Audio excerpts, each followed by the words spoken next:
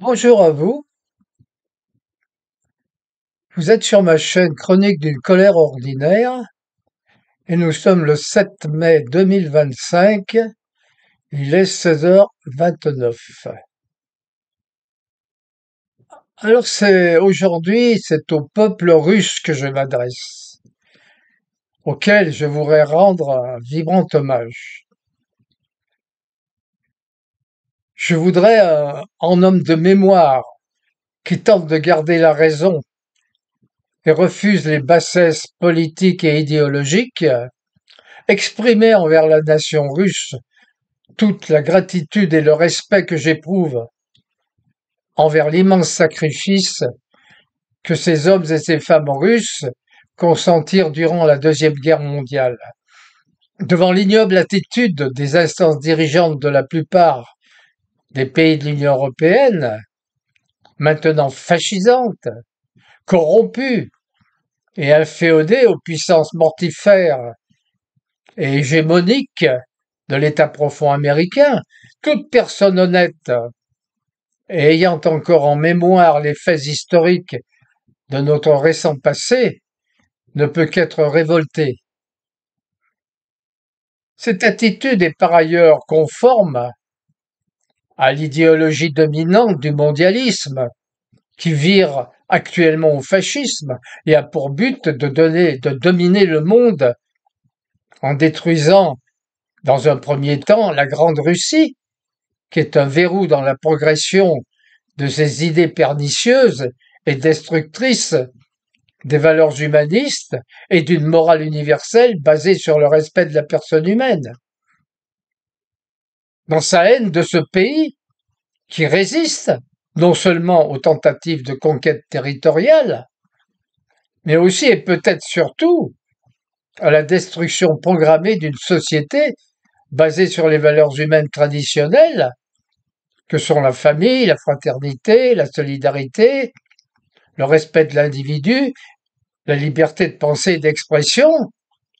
Les forces occultes qui sont à l'origine de tous ces bouleversements se sont arrogés le droit d'interdire aux États membres de cette pieuvre qu'est l'Union européenne de se rendre aux cérémonies du 9 mai 2025 en Russie, sous peine de sanctions sévères.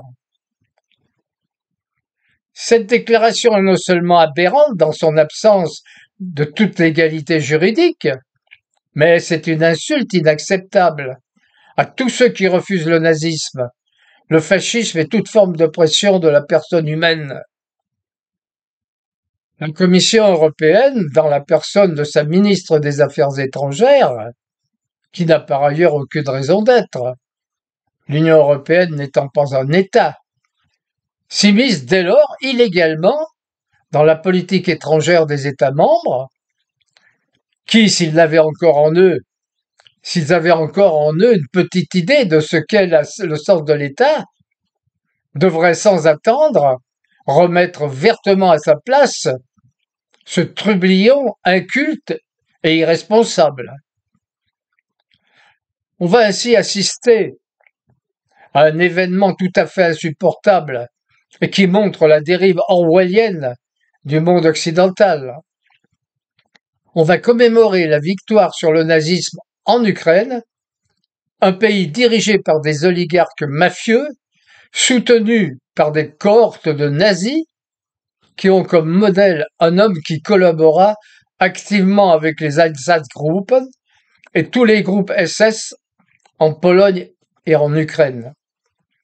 N'est-ce pas merveilleux? Mais ce n'est pas tout.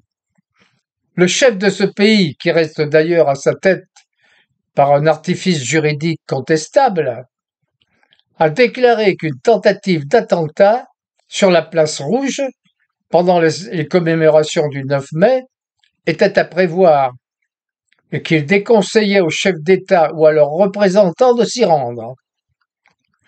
Nous atteignons le sommet de la pratique orwellienne de la manipulation.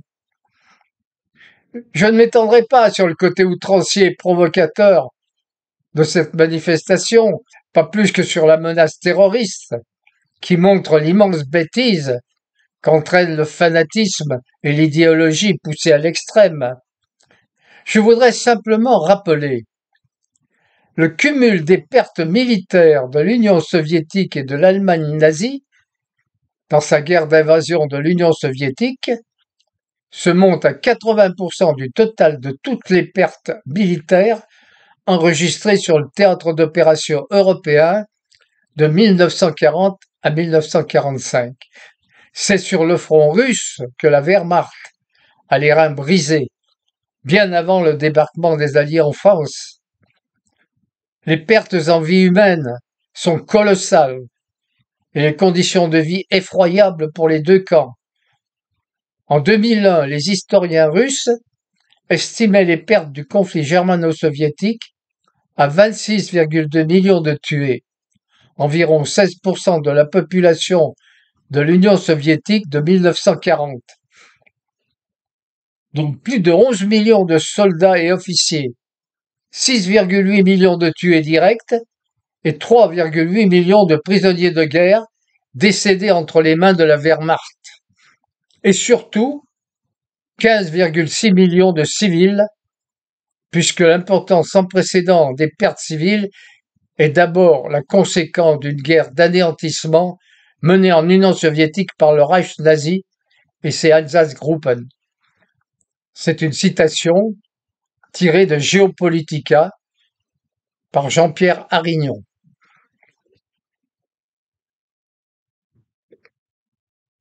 Devant cette affligeante décision, devant cette immense fosse de bassesse et de merde dans laquelle le peuple français s'enlise chaque jour davantage, et semble-t-il avec délectation, un vieil homme de 89 ans se devait de vous rendre hommage et de vous dire qu'il pensait à tous ceux qui ont laissé leur vie à Smolensk, Kiev, Moscou, Stalingrad et Koursk.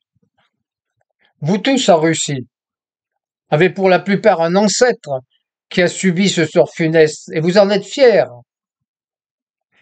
Je pense pour ma part ne pas être le seul à penser à eux, et c'est au nom de tous ceux qui n'osent s'exprimer, mais qui ont dans leur cœur ce respect et cette gratitude que je dédie cette adresse. Les Français aiment le peuple russe et le respectent. Merci de m'avoir écouté. À bientôt peut-être.